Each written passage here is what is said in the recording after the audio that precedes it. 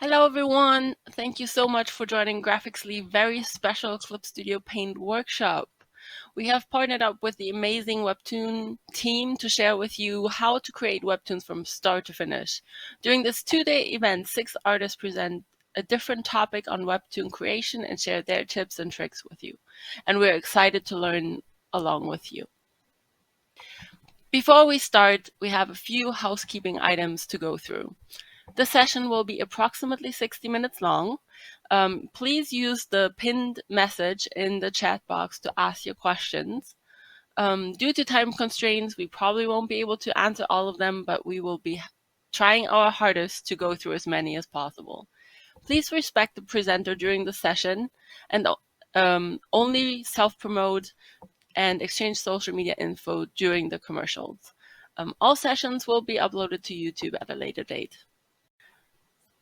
This workshop is brought to you by Graphicsly, the official distributor of Clip Studio Paint in North America, South America, and Europe. And of course, we couldn't do this with our amazing sponsors, WEBTOON, Wacom, and Clip Studio themselves. Clip Studio is the leading app with all the features you need to create your comic series ready to publish on WEBTOON Canvas. WEBTOON is one of the largest digital comic platforms in the world with over 75 million monthly readers. WEBTOON Canvas is the side of the platform where any artist can post their own webcomic. And then, lastly, Wacom is the global leader in the pen, display, and tablet market for creative users. As a technology company, they provide cutting-edge digital ink solutions for a wide range of partners using and producing smartphones, tablets, and digital stationery. And now, on to our last session. After all the hard work of preparing and producing a comic page, a comic slide, it is time to finalize it. The last session of this event features Rivenex, the creator of Grimnir.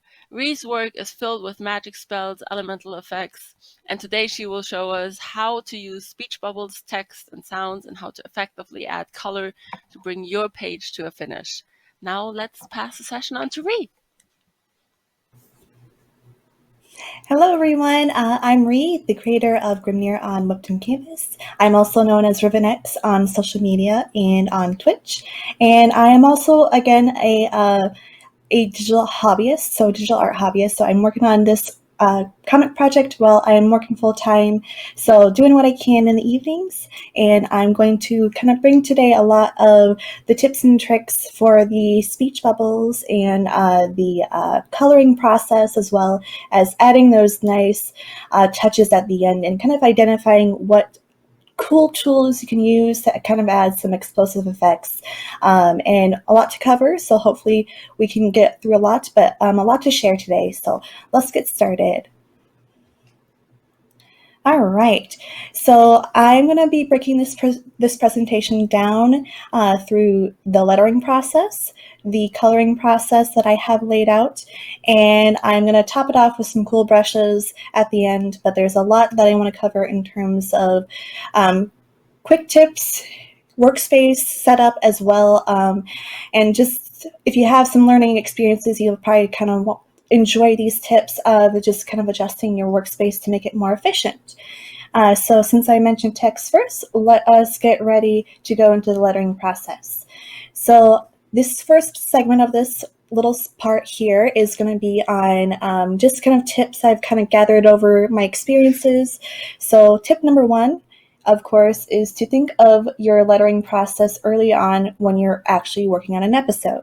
So I finished a couple panels here for the demonstration today, but the great thing about adding things early on, such as your lettering, is that you can consider a ton of things. So I have a lot of panel layouts, I have a lot of sketches done during the storyboard session here, but the greatness of setting things up for lettering early on, of course, allows me to figure out my panels, figure out my characters in my panels, and determine if there's anything that should be adjusted. And this is kind of a process that I think we continuously adjust along the way, but the goal of setting down your lettering first is to, of course, ensure that you don't get to the end of your creation of your panel and realize it does not fit. So this is a good tip here.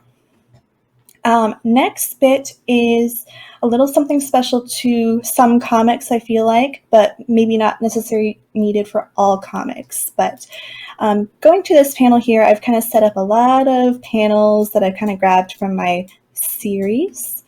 And what I want to kind of express is determine the character's voice and use speech bubbles, use text to support that character's voice. So I would say carefully choose things. So with purpose, we might want to consider the character design alongside the bubble choice, the font choice. So my goal for you as a reader is to determine that this character is creepy. Great, visually looks creepy, but their voice is also on the creepier end. So choosing those fonts and supporting those with other types of speech bubble shapes. I found a lot in the asset store. There's definitely plenty here in the default section, but there's plenty of things to consider when creating your characters and how you can use their voice to support the events going on. So I have a creepy character. I have a kind of a boxy font and a boxy text box. With reading, you'll find that this character is actually a robot. But I've supported this little tidbit here through the choice of font and the choice and shape of the bubble. So these are some considerations that you might want to make early on as well when you're starting your comic. You might not know right away if these fit your comic, but they're good things to consider. But again, you want to keep this choice very tight and very, something with a purpose, I would say. So I wouldn't go out and choose fonts for each individual character or anything like that, but you might, consider a series of doing that. But we want to keep consistency. But if you want to express part of your character through their voice, visually use the speech bubbles and the text to your advantage. And then, of course, we also have to consider maybe fun tidbits that we want in our series. I know this is a bunch of chaos in terms of panel setup, but I do enjoy the little shonen manga characters, or the series at least, that introduce your characters' little character cards. There's little small tidbits here and there if you want to support your story.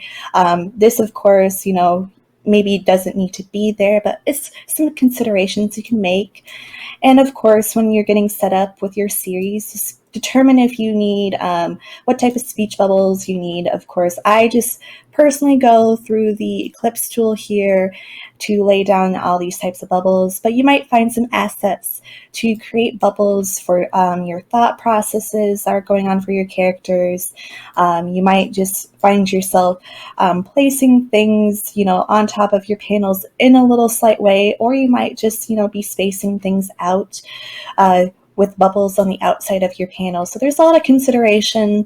And to kind of go back to that first point I had, start early when you're working on your actual episodes. So now I'm going to head to sound effects. So I know I had this large one here, and I used a combination of fonts and actual pen tools as well. So you'll see some little font pieces and you'll see some handwritten pieces. So determining which one you should use, it's kind of up to you. So I personally, again, like both. And I feel like the handwritten method, you can kind of get this more dynamic feel without really stretching your text or transforming it. It has more of kind of the homemade flair.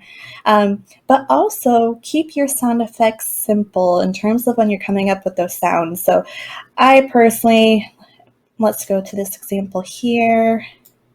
So this is probably a bit more messier in my older work, but point across, slap is happening, and his face is peeling off for the story purposes here. So it's very simple. It's straightforward. You don't have to really think on it or spend too much time here. But you also, going back to this word, might want to, spell the actual sound out. And for personal preferences, don't like to spend too much time on this, but maybe consider the first 3 that come to your mind. Pick one, or maybe make a combination of both, or all 3 or so, and see what you come up with. So the sound effects are going to support the action. So again, we're all going to zoom through this like no other. We're going to take maybe at least a second to figure out what's happening, but the size, the shape, the stretching of it, this all helps the impact of this scene. So again, keep things simple and support your scenes with it. And if you're curious on this word that I chose that you kind of seeing throughout the series here in these panels, if you have something unique to your series, actually consider making a special word for it. So I just came up with this on the fly when I needed to make a magic sound for my series, because there's magic elements throughout the series.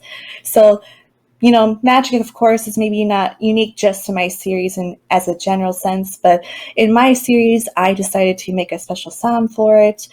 And, you know, again, pretty simple exercise. You know, I was thinking of a crackling sound in a way, and I just stuck with it.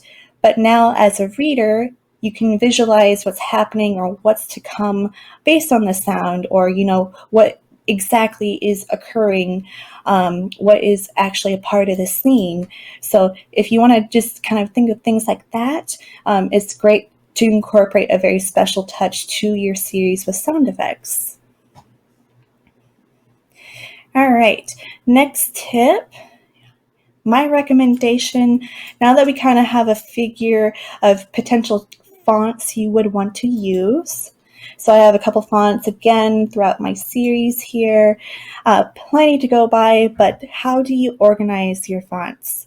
And my tip here is to create font lists. So this is a nice little tool that you can use in the text tool. So on the left here, and what we can do is create a project list or such, and then add fonts to it. So here's my project list, and then the other option is all fonts. So if you want to make a new list, you can use Open Dialog of Settings of Font List here. And I believe the bubble will come up. All right, so this is the dialog box that comes up here. It's pretty quick and easy to add a font list, so I'm going to just create a quick brand list real quick and add brand. A font I used to kind of like to use for my brand recognition in a way is this one. And scroll down for a quick second. And I like to use a combination of this font family as well. So I've already created a font list, and it's simply just selecting each one you want, and you press OK. And of course, you can delete and add and adjust things as well. But good to have a font list created. So press OK. And now that we kind of went over some tips here for adding dialogue in a way, kind of going through the lettering process, I just want to kind of showcase a cool tidbit that EX has to provide. So pro users, I can't probably vouch for you as much as the best process here, but a quick tip for any text user with the text tool here is before you ever set foot on the canvas with your text tool, ensure that all the settings you have are ready to go. So set the color, set the placement, set the justify, etc. And of course, choose the font you want. So I'm going to head to this little canvas here in a second, but for our purpose of demonstration, let us head to Story. And this is a cool function I think you've seen through presentations where you have the good page layout and such that you can scroll through your pages. Your page management is awesome for EX users. So I take advantage of the story function here. And for the font creation or the adding of text to your panel, your page real quickly, let's go to Story and Edit Text. And then open Story Editor. And then dialog box, just press OK or yes. And this is what we got. So this is what we're going to be working on. So I'm going to move, again, that blank page over real quick. So my goal here today for page 3 is to add a couple lines. So let's just do Canvas Squad. Start typing anything you want. Enter will take you to the next line in that box. But another enter will send you to the next line. So let's do Discover Squad. And you're not seeing it quite yet, but I'll move the canvas over here in a second where it's at. So another enter, and then let's do Challenge League. I believe these are all correct in some fashion for the different types of renditions that WEBTOON has been through on the self-publishing site. So awesome there. And if you do have an extra, like set of boxes that you don't want, let's just say you have a bunch of garbage in here, you can just delete it with your backspace, and then another delete will get rid of that box. And I believe you can do some right clicking and you can actually get everything adjusted. So where did my text end up? It ended up over here. Typical settings, I usually run into this, and of course you could either be manual about this, and no one has time to be manual with your text. So to set things up correctly, just to ensure that this next little function is going to work, we want to be sure that, again, we have the text tool selected, all the settings figured out, and we also want to ensure that the canvas layer is visible with the text. So just make sure this is also visible. If it is not visible, you'll see a grayed out section on your text editor here. And what I'm going to do is start to click in these boxes. So the end goal is to have all my settings applied here. So we're going to click here, Control click. I am a Windows user, so Mac, you might have to think of what Control equals to you on that end, but we're going to click that and we're going to get this nice blue box. So what this is going to have me do is then I could either Control click each individual, but you can also use Shift and then click, and then everything is selected. You do not want the text only selected. You want the entire blue box selected. So assuming I got everything corrected here, let's just double check and get this typed in again. So we're going to right click here. And if you find this option here is grayed out, just double check that everything that kind of mentioned is kind of set up. You might just have to double click on your text again, but this will apply tool property to text, and it has changed and applied all my font settings at the same time to my text in my canvas. So just to kind of just move things here for quick purposes, we got this one done. Let's get this one over, and we got our fonts, we got everything corrected, and we got all the settings applied in a quick, easy step. So good time saver, and if you are considering EX as well as a good switch, you might consider this as a good option of why you want to make that switch. So again, you can also still do things manually, but this is just kind of the nice little trick that I found fairly recently as I used to kind of go through adjusting everything, but very nice to get that figured out.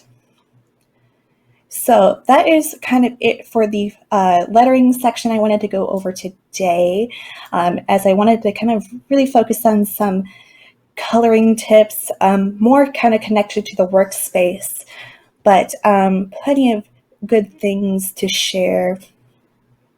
So let's head back to this kind of busy panel or busy page here. So first tip into the coloring section that I want to talk about.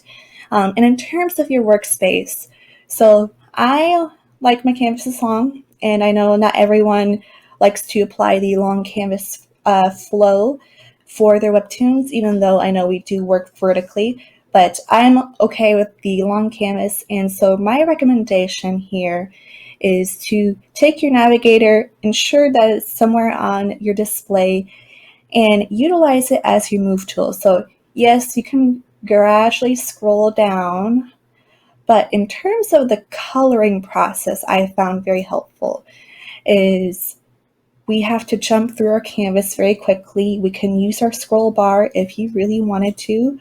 But I want to be at my this character at the bottom of the page here. So using the navigator tool as move tool, I can just simply jump, jump, jump, jump. Use it through your flow really quickly, fastly.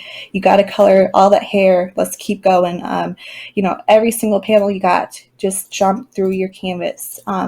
You can really precisely pick the spot you want to be in. So use that navigator. Of course, use it to visually see what you are working on, but use that. Just scroll through your canvas like so. Really helpful. Next on the list is Subview. So Subview for me is great for collecting my references. So I have a reference character here at the far right. And I have a ton of references for the montage of characters I have. But each episode I like to pop in a reference. You can even consider making one giant reference sheet and popping it in. But assuming that we all have the setting here selected, then you can simply just use it as your color picker. It's also great for referencing your characters as you draw, but very helpful in getting those colors quickly. And you can import files here. You can clear out your files as well. This does not delete anything that you've added to the subview, or it deletes it from the subview, but it does not delete from any of files or anything like that. And of course, you got the basic zoom in, rotate. You can flip your canvas as well. And also, you can actually add in Clip Studio files as well. So JPEGs are also great, but if you do just only have a Clip Studio file on hand of that reference, you can pop it in. It just might be a little slow on the kind of the run through when you're kind of popping through each reference sheet you have currently in the subview. So next on this list is hotkeys. So I have kind of found a few hotkeys that have been very helpful for me. So this is, of course, probably one that we're pretty familiar with and heard a lot, but hotkeys are very helpful in setting up, and I personally have F set up for flipping my canvas, like so, and I consistently go through the whole entire process, probably flipping my canvas too much, but it's always good to see how your flow is going on and making sure that each step of the way that your art isn't in a way that is not kind of to your standard of some sort. Next on my list of kind of hotkeys I like to use is A, and I have it set up to my pen tool. I personally have a lot of pen tools that kind of rotate through, but the nice thing about Clip is that you can set multiple tools to one hotkey. So I have maybe the G pen, the mapping pen, and I have the real G pen set up as my hotkey for A. So you can rotate through a tool quickly. I haven't been kind of setting up that key too much. So it's been a while, so I can't maybe give the best judgment on how the exact steps are for setting up that hotkey, but plenty of options there to add to a key. And then kind of the last two on the hotkey list, delete key, clear out your layers quickly, just ensure that you know what's on your layer. I know there's been times where I deleted everything from a layer, and an hour later, I just realized that I deleted all the things that I also did not want to delete.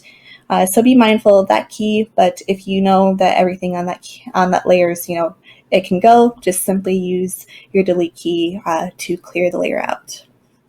And then lastly is one that I'm actually personally trying to get used to more is C for flipping through transparency and your foreground color. So what this helps me do is to kind of rotate between that color I have listed and then transparency. So transparency is going to be kind of in a next point or an upcoming point, but it is very helpful to have that kind of noted in your mind, because there's plenty of things that you can do with transparency. So the next few things, kind of for setup wise, let's head to a panel that's actually set up. Control-Shift-Click. So Control-Shift-Click will help you find your layers. So I'm looking through my huge amounts of layers because I just work with great amount of layers. So I need to find where this little dust sparkle is. So Control-Shift-Click, found the layer, and did I get the right layer? I did. So of course, we have to think layers as kind of an onion. So if you're trying to find a certain aspect of your on your canvas, you might have to be peeling back some layers to get to a certain point. But I'm sure rather than scrolling through this whole pile of junk here that is art, you might want to take the time to learn that little shortcut so you can scroll through things faster and get to the spot where you need. Or even if you find a straggler mark that you don't have any idea that you made or when you made it, you might just need to find it through Control-Shift-Click. So definitely very helpful, and also very helpful when I'm coloring because I tend to clean up things as I go. So my line art tends to be pretty wispy, and there's probably some few stragglers that I kind of want to get rid of along the way. So it helps cleaning up things. So and kind of going back and forth between line art and color. All right, so next is quick access tools. So I personally just like to have a nice little list here. I might not be as active on this list, but this is also a great setup. If you are looking to get all the tools you need, but maybe you don't have enough hotkeys or you don't have enough space to use. So maybe just getting a giant list set up for you is very nice to have. It's typically, I don't believe it's default-wise set up, so you might have to go through Window and then selecting it here. But it's great to load up for all the tools you use and keep yourself organized. And you might also find it helpful to organize tools based on the order you use them in, or if you use one in conjunction with each other a lot. So I set gradient and selection tool next to each other, use them a lot together, so it's been very helpful that they're next to each other, because you might not have all the hotkeys memorized, or if you are just kind of full on the hotkeys, you might just want to just go to a quick access setup. And you can pop it out like my color history here, so you can just fold it up if you need to, but great to have. All right, 2 more on my list, and then we'll get into a demonstration real quick. So for the next one, recommendation is to take your color picker here on the left. There's typically 2 options. I think everyone's default option is typically on Obtain Display Color.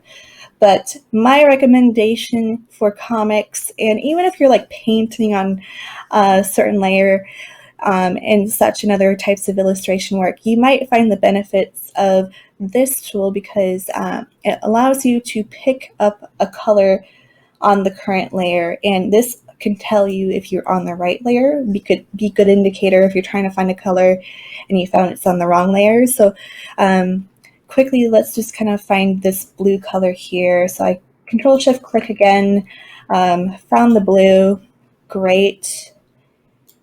Let's just say I wanted to color pick the skin. Clearly it's not going to work, but what it does is it goes to transparency.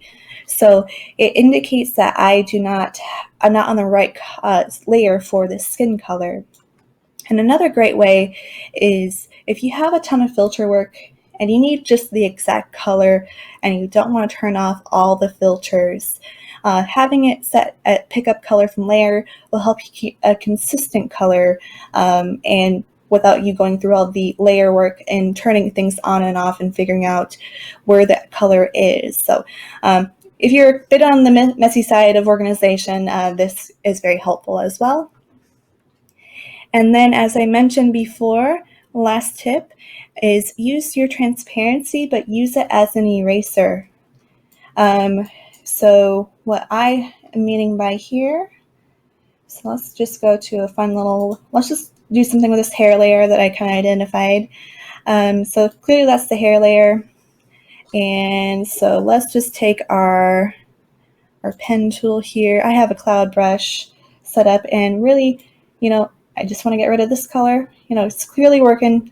I think it's also great if you use it for backgrounds in a way with transparency. You might put a ton of color in, a lot of things you need to remove, and using that transparency function will help you remove the things you don't want. So with that in mind, I also use it to help me along with coloring, and rather than go back and forth between the eraser, use that C key and go back and forth between your color and transparency. So next we're kind of going to go into a demo real quick. And what I really want to focus on is kind of all the tools you can utilize or present to you options that you can utilize for the coloring process. So I use a ton under the Fill bucket tool. I think most people do or find and recognize that's a good starting point. So what I'm going to demonstrate here is we're going to color a bit here with this image here, but just to kind of preface this real quick, I'm just going to illustrate a little bit here about my layer setup. I won't go in the entire layer setup on how I do things, but keep clipping mask in mind for some of this work. So I personally just did not find that the pane or the frame border tool to create folders for each panel was my kind of thing. I wasn't really fond of the folder work, but my personal preference has just been using clipping masks to kind of create these panels. So let us just kind of journey through this big piece of layer, just because it's not the best setup for today, but it's doing its job. So essentially, just real quick, I like to think things of silhouettes if you aren't familiar with this tool. So think of a shape of sorts, and then with a clipping mask, you can have anything go into that shape, and once that clipping mask is turned on, nothing will escape that shape. So this shape here, or this panel shape, is under this aquamarine, I believe teal colored panel that I labeled today. So everything else I need is clipped on top, and if it doesn't exist or be visible, then it is not visible for anything else. So just to kind of also illustrate, I do the same thing with my characters, and I do a character silhouette in a way. So I create essentially a silhouette, and then everything in the color section here is available. You also can find good ideas and good work in just doing a thing on a single layer, because Clip Studio is very smart about that. But you might also just find silhouettes work for you, and they work for me. So again, everything, is within that shape. So let's just, since this coloring tool is pretty smart, it probably won't be as obvious, but again, you just kind of have this coloring that I did for a silhouette. And to make things super obvious about the clipping mess, if it's a little hard to follow, is if I turn it off, all this junk is outside. I don't have time to clean up this, so I'm just going to use a clipping mask because I want to save as much time as possible. So turning that on cleans things up. So with that bit in mind, I do want to kind of go over just, giving you guys a handful of tools that I commonly use together, but you might, use one, you might use the other, you might skip out on these altogether, but very good to have these available and know how to use them.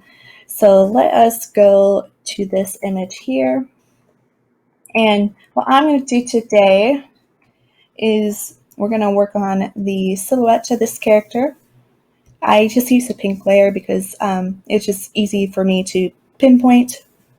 And what I'm going to do is I turned off my folder for my colors, and I'm going to do a delete real quick. So we're going to clear this out. So the first tool is an asset tool that I picked up from the Clip Studio store. And what it is going to be is a Lasso Fill. And it's kind of like how I dub it is a fill gap lasso fill tool. And it has a longer name than that. But really what it's going to do is it is going to consider other layers while it's filling in. There's a lot of settings I know that we can also adjust. I do want to preface this, I actually use the default, so you might have a different experience than I do, but we also might have different experiences because of the weight of our lines, the complexity of our lines. There's plenty of different results that we can get, but for the example purposes of today, we'll be working on the defaults. So I'm on my silhouette layer right now, and I'm filling an obvious gap that's not going to make this tool work, but we'll showcase this tool. So we're going to go to the fill section here, and it's labeled with this little ice cream head man. And what I'm going to do now is take this, swoop it around, and we'll see what we fill in. So obviously I filled in a ton. And there's a few minor things that I probably have gaps wise. So let's take my A key, get my pen tool out, and then fill it in. And then let's go back to the ice cream man fill here, and then we fill it in again. So this stage helps me figure out my character silhouettes. Again, it's kind of up to you if you feel like this is very helpful. You might find it more helpful starting out as you're getting to learn this process, or a process in regards to coloring characters and getting those panels done, but definitely a very helpful and quick tool. And now I'm going to go to my A key again just to get this pen tool, and then I'm going to go to C to get that transparency because I kind of have some extra gaps I don't want, that don't need to be there. So big spots you might want to use the actual pen tool to kind of get a line going and for transparency, and then it'll pick it up. And then of course we can still erase some stuff. And then the actual fill bucket is also excellent in getting those gaps cleaned out pretty quickly. So looks pretty good to me for just our demonstration. Too much. Pen tool again. I have some better luck here. Back here. Oh, too much. Maybe this time. Better. So, there's definitely some rotate with your hand on your hotkeys as well. And just kind of getting used to them and adding something like transparency into your workflow is very helpful. And so just to kind of round this demonstration out, let's head back to our color layer here. I'm going to delete the hair color. So we'll be working on this blue layer here. And let's just delete everything with our delete key, just for the example purposes. To showcase some of the tools. So we're going to be using several of these that are defaults. And you can figure out which one you like. And so let's go to the color palette here, pick out my hair color, and then let's head back here. And let's start with my favorite of the bunch with the default. So usually I use refer other layers as a fill tool here. And it's pretty much a drag and fill, which is great. Just drag it in. And of course, again, you'll find different results based on complexity of your line work. I have more defined shapes. You might have simple shapes and you might be done in one click. But I have multiple clicks to go through, so don't sweat it if it doesn't work at the first time. So kind of something like that. But for our next tool, you might also find helpful as well is similar to kind of the fill gap lasso, but I kind of use this one a little bit less than others, but it's similar that you can kind of have your line set up And then you can also just scroll around and then, get the color in like that. I have mixed results, honestly, with this one, but essentially this is the goal of the tool and how it works. And you might just have to play around with settings again as well. And the last one we want to go over, you have probably some fine detailed lines. This is actually not the typical line work I have, but it helps getting in those small details. I would not recommend filling in the whole entire section, but it kind of, again, is very useful in getting those sections filled in. So there's multiple tools here for you to kind of try out, figure out which one works for you, and hopefully this will kind of speed things up for you. And again, you might find that also the pen tool works for you. Do some touch-ups. Control-Shift-Click through the process to find any straggling parts. Let's see, if the line work isn't a little, not as that you want. There's a lot of things that you can do along this process. And having just those functional tools is very helpful. So coloring those things, and then that kind of concludes the demo here. But to wrap up kind of the end part of the presentation, is kind of to touch on the final stages of paneling here for me. So I feel like there's a lot of things about my series that is probably, the colors are cool, and, those final touches. So a lot of my work in terms of getting to this stage involves a lot of layer work that it's something that I've enjoyed to put the time into. So I use a lot of filters, a lot of blur work. There's a lot of layers that honestly go into this. No panel is the same in how I produce it. There's probably some basic layers that I lay down, but it's a large experiment that I've just kind of dedicated my time to doing. But I think the best part of this process is to finding the fun brushes that you actually wouldn't use typically. So I'll start with this one. So you might find a brush in the Clip Studio Asset Store on your defaults, and you need to make something out of it.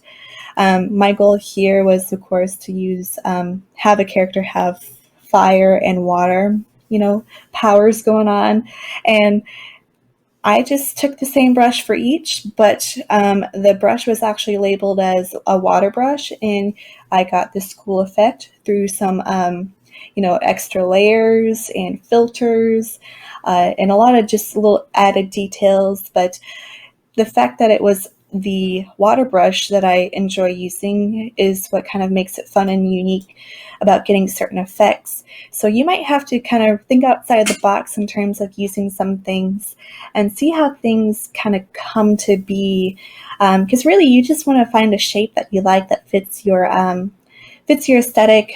Because not all the fire brushes in the world on the Clip Studio assets fit my aesthetic. So there might be a little bit of handiwork to kind of go and create these, but it's super fun when you find those cool brushes that you can tell to other people about what you use. So just to kind of touch on a few others, I use throughout the series this little magic brush, but it's not necessarily a magic brush. It's essentially an ink brush or an ink splatter brush, but with a couple of filters and a couple other layers and a blur, you can get a lot of good results. And then to kind of touch on this layer for the last few,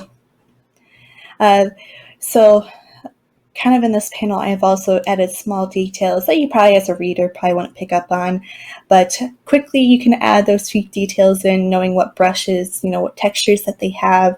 So this one actually here is the breath of my character and the snowy background to kind of help her set into the her environment. But I just found this in the defaults, and I actually used the sand cloud brush that the nature pack I think provides. So fun tidbit there. It's always fun just to kind of add those things in. And then kind of the big one here as well with this panel, let's kind of close it out. So, not wrong panel, but let's see. Let's go get rid of this red one. All right. So probably standalone. It looks like a lovely sky. And I think you would be very correct, but my character is placed on the ground, and I have told you she is not flying through the air. So with the other environment shots, I'm going to tell you that this is snow. But you weren't completely wrong in terms of thinking it was the sky, because clearly I used a cloud brush. So definitely take advantage of all the other things you use and see if there's textures you can reuse throughout your series and creating the environments that your characters are in.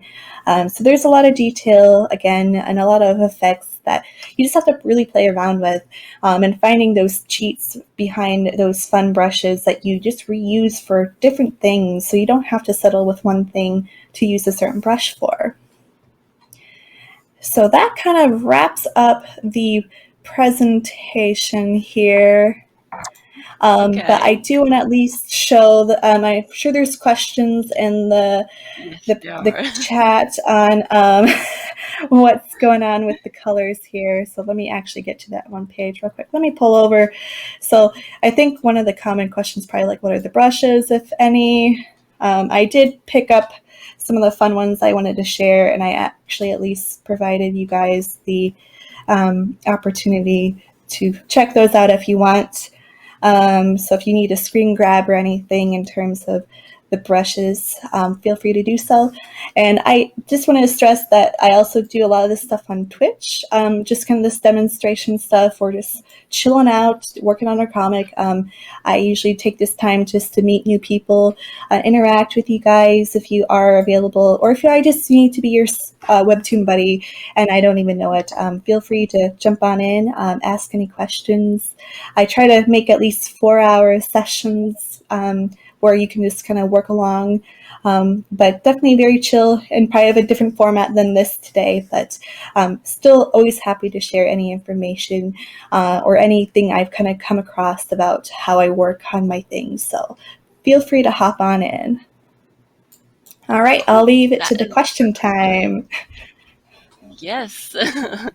We do have a lot of questions, so I'll try to go through as many as possible. First of all, let's start with a few short ones. What fonts do you usually use for your comic, and what do you recommend and where you find them? All right.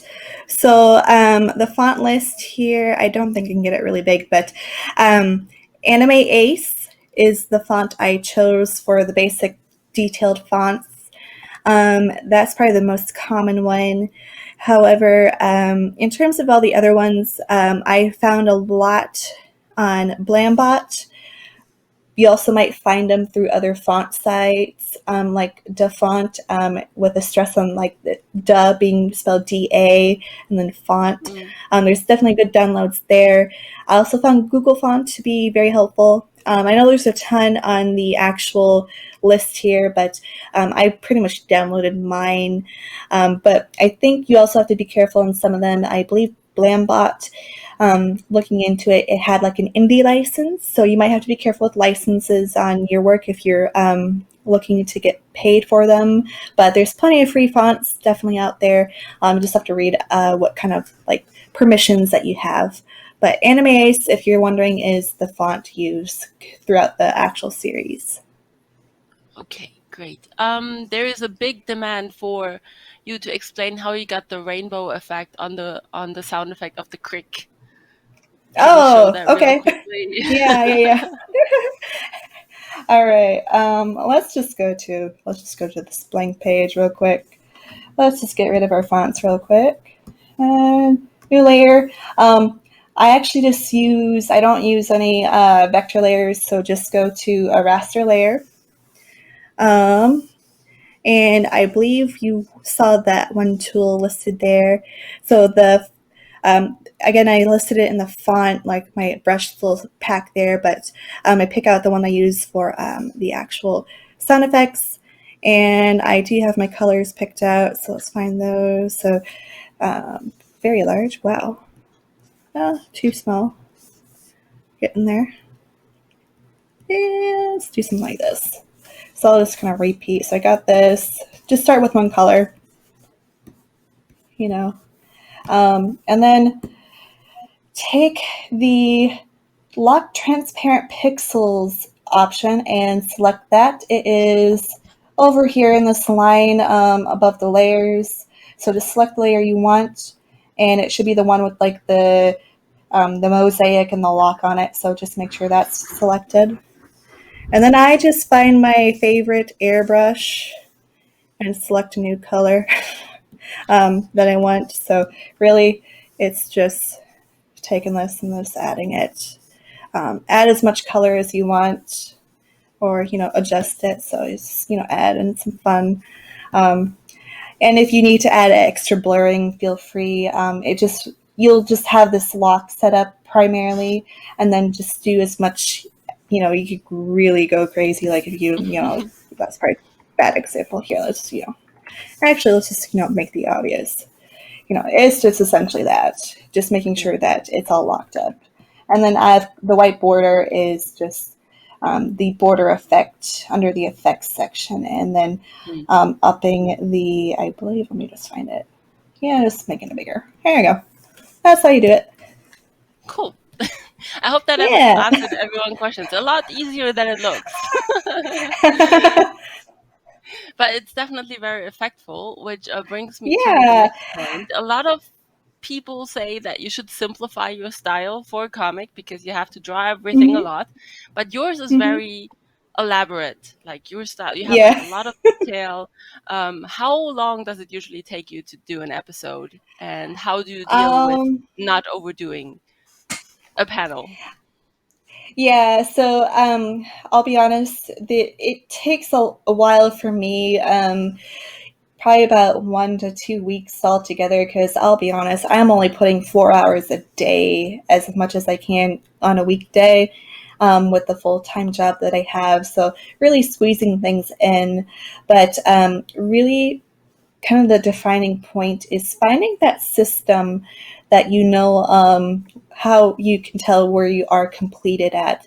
So what I mean by this is kind of set your style up early, understand how long one panel takes you. I know there's a lot of dependencies, but from start to finish, determine how, coloring and lining and all that happens and how long that takes. And you kind of, for one, figure out the process flow. So I have a lot of, line work, of course, but the coloring section is pretty simple.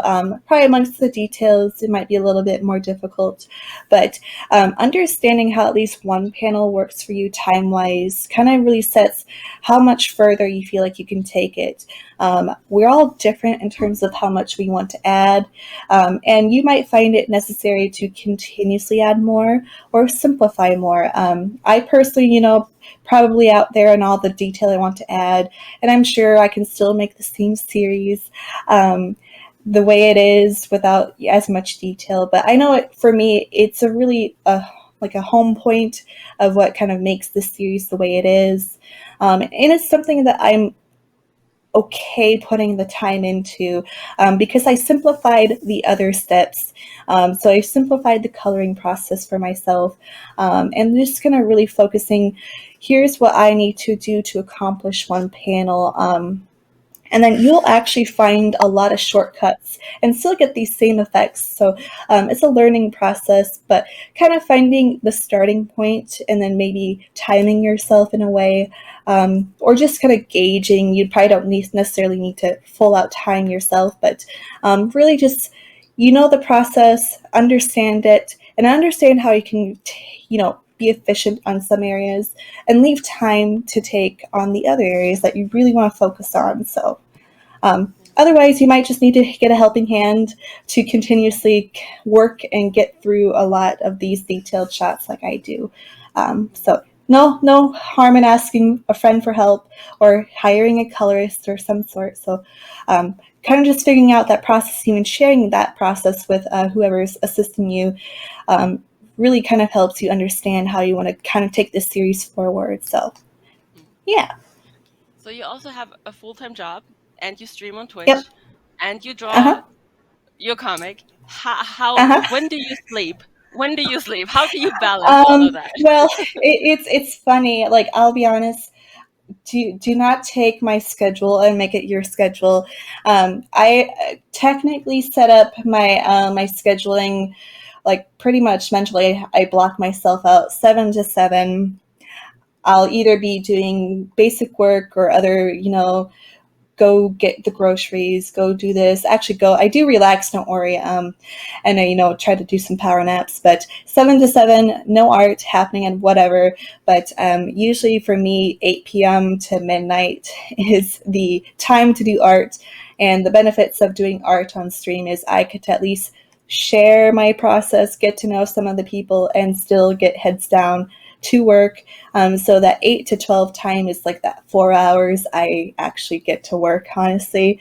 So balancing act, it's week by week, honestly, for me, because I honestly find some times where I'm, actually working literally 7 to 7 because overtime is needed to get my work job done. That's actually been this month altogether for me. So I haven't had time to work on the actual webtoon, and I've kind of come to terms with that. But by no means am I stopping to, quit my webtoon because I clearly can't handle it.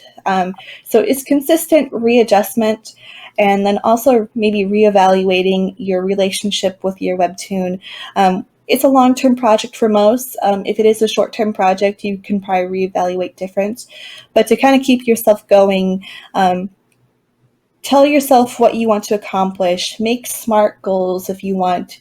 Keep it short-term if you are on a long-term project. Like, what do you want to achieve in the next month? And make sure it's measurable and obtainable, and keep yourself going through that, because there's plenty of times where I found myself get that buffer, get it going, and then I have 3 months of, well, it's gone because I clearly, it's not that I mismanaged time, but there's a lot of things that I just can't control. So I'm just okay with, maybe going at a very horrible, uploading pace because life is just happening for me. But that's probably one thing that you have to come to terms with yourself, especially when you're handling job, school, maybe being a parent or assisting other people in your life.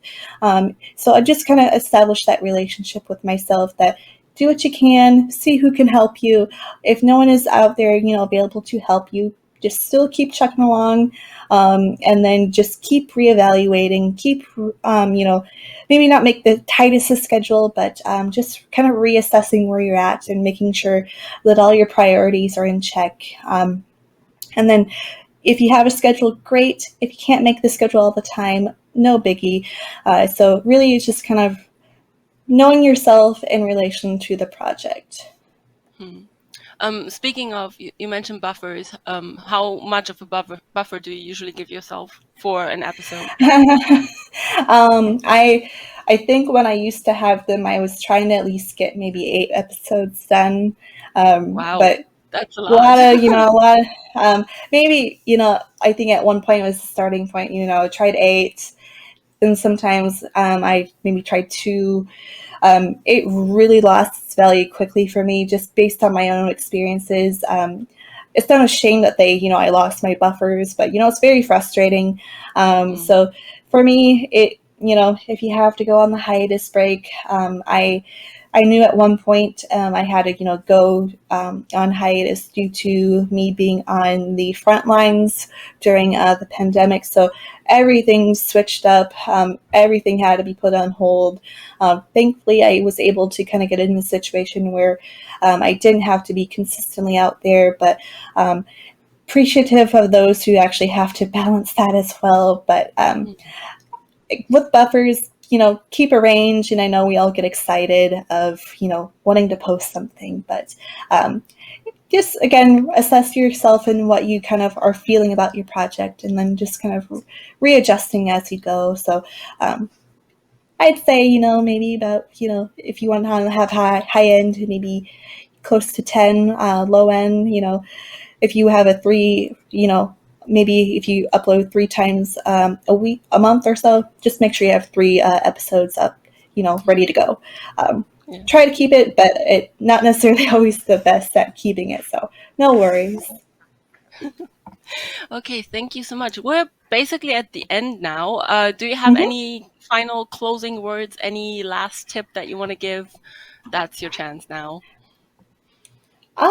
It's honestly just kind of getting going. I know it's the trickiest part, but I think we all have the value of our projects, and I think we can determine how much they mean to us and how much they could mean to us. So you probably won't be ready, right away, but jumping in and, just getting started is probably just the best thing you can do. And if anyone is kind of detering you from, actually working on your webtoon, there's plenty of value besides it being a creative project. I guess from my business side of things, with the company I work with, I see a lot of value from just working on a project like this. So you have definitely, you're working on your communication skills. You're definitely working on those project management skills, and you're definitely working on a lot of prioritization and a lot of things that can really take you far. So even if you are kind of in those points, there's a lot of value, even just beyond getting that story out to readers. So definitely take that project work to heart, and see how it can, how far it can help you in the long run. Whether you are a full-time artist working on this, or if you are looking to go to school, get a different job or something like that, there's plenty of value that starting a project like this can help you. So feel free to start, but of course, whenever you're ready. But we would like to say that just the best thing to do is just to get started. So yeah. Okay. I think that sums it up perfectly. Just get started. So thank you so Yeah. much for all your time and this wonderful presentation. I'm sure everyone has learned a ton today. Yeah, so that was the last session. You wrapped it up really nicely. Wow. Yeah, Um, nice. yes. So, well, I guess that is it then for this webinar and this event. Before we go, don't forget to follow RivenX and check out her webtoon Grimnir. In the next few days, we will be announcing the giveaway winners on Graphicsly's social media and in the newsletter. If you haven't entered yet, stick around after the session for the giveaway link in the chat. The giveaway is US only. We're very sorry about that. In case you missed any sessions and want to revisit, don't worry. All sessions will be uploaded to the Graphicsly YouTube channel. So thank you all so much for participating in this very special workshop. And we hope you enjoyed it as much as we did. And thank you again for everyone who worked on this and for everyone being super nice in chat and being supportive of the artists. We're very, very happy with that. And yeah, so we hope to see you soon in one of the next big events or our regular webinars. Thank you so much.